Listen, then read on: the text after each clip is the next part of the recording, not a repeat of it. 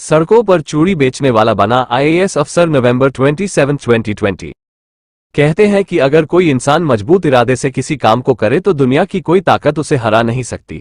बड़ी से बड़ी परेशानियां इंसान के जज्बे के आगे बौनी साबित होती है। आज हम बात कर रहे हैं ऐसे शख्स की जिसे वक्त ने बुरी तरह तोड़ के रख दिया, लेकिन उसने हार नहीं मानी और आज उस इंसान को दुनिया सलाम करती है। हम बात कर रहे हैं आईएएस रमेश घोलप की, जो आज उन युवाओं के लिए प्रेरणा के स्रोत हैं जो सिविल सर्विसेज में भर्ती होना चाहते हैं।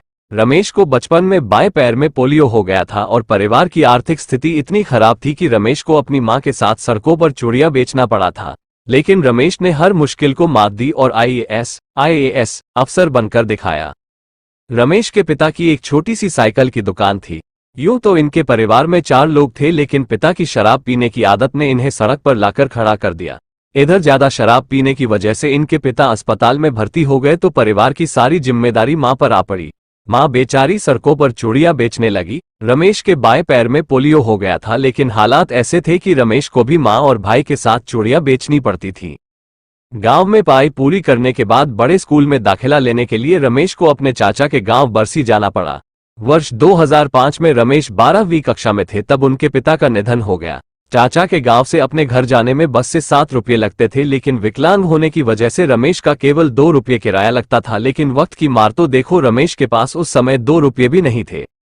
पड़ोसियों की मदद से किसी तरह रमेश अपने घर पहुंचे।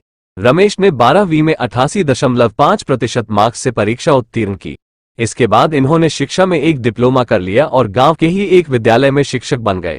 डिप्लोमा करने के साथ ही रमेश ने बीए की डिग्री भी ले ली। शिक्षक बनकर रमेश अपने परिवार का खर्चा चला रहे थे, लेकिन उनका लक्ष्य कुछ और ही था। रमेश ने 6 महीने के लिए नौकरी छोड़ दी और मन से पढ़ाई करके यूपीएससी की परीक्षा दी, लेकिन 2010 में उन्हें सफलता नहीं मिली। मां ने गांव वालों से कुछ पैसे उधार लिए और रमेश पुणे जाकर सिविल सर्विसेज के लिए पढ़ाई करने लगे। रमेश ने अपने गांव वालों से कसम ली थी कि जब तक वो एक बड़े अफसर नहीं बन जाते तब तक गांव वालों को अपनी शक्ल नहीं दिखाएंगे। आखिर 2012 में रमेश की मेहनत रंग लाई और रमेश ने यूपीएससी की परीक्षा 287वीं रैंक हासिल की और इस तरह बिना किसी कोचिंग का सहारा लिए निरक्षर मां बाप का बेटा बन गया आईएएस अफसर। और फिलहाल रमेश जी झारखंड के खूंटी जिले में बतौर एसडीएम तैनात है।